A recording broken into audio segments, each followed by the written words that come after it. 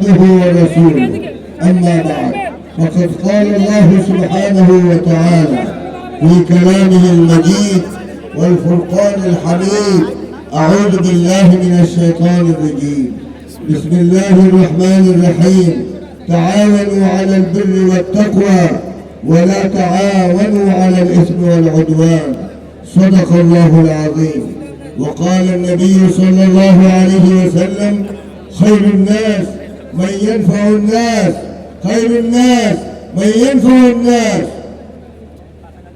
أيها الأخوة، نحن في حيرة وفي مصيبة نزل علينا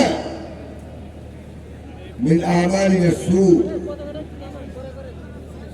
نحن نرجو من الله سبحانه وتعالى أن يغفر لنا ولكم. انظروا إلى الغزة كيف يقتلونهم، كيف يظلمونهم، كيف يحرقون بيوتهم. يا أهل العرب، يا مسلمون، انظروا إلى غزة، انظروا إلى غزة وهم مسلمون. نحن فرحين، ننام وناكل ونشرب ونستريح وهم يموتون، وهم يموتون. اللهم احفظنا واحفظهم، اللهم احفظنا واحفظهم। বাংলা বলতে চাই, বাংলা বলবো। আমরা আজ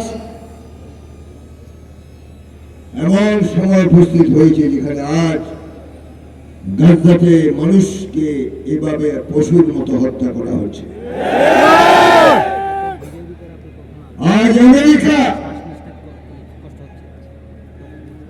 গাজার মুসলমানদেরকে ধ্বংস করার জন্য ইসরায়েলকে উৎসাহ দিচ্ছে। আমরা জমি দিতে চাই,